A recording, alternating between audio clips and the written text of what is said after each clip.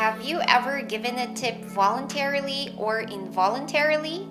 In your country, are you required to tip? Good day, everyone. This is SpeakUP, and today I'm going to discuss tipping in the Philippines. So eyes on your screen and enjoy watching.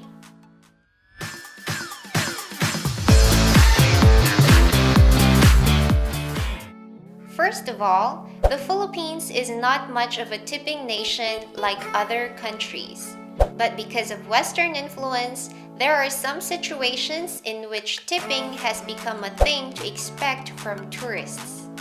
Let's start with hotels. Generally, for higher rated hotels like 4-star hotels or higher, giving a tip for bellman services, maids, bar staff, and others may be expected. However, for smaller and lower rated hotels, it might not be the same case.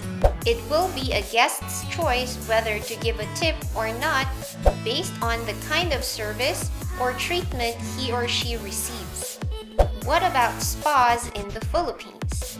It is usual for spas in the Philippines to give an envelope for tips after a scrub, a massage, or any other type of service they give.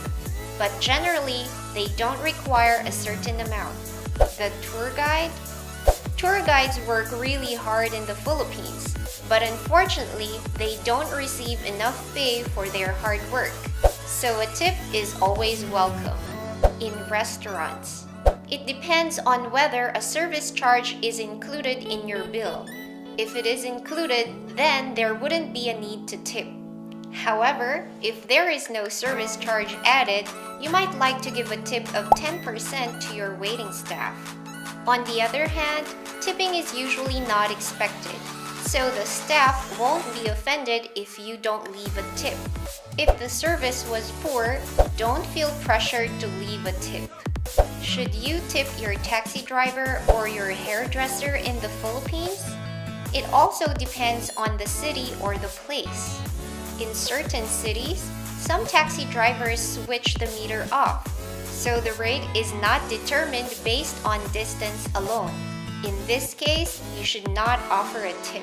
If the taxi driver leaves the meter running, you can offer a tip for a good service or not.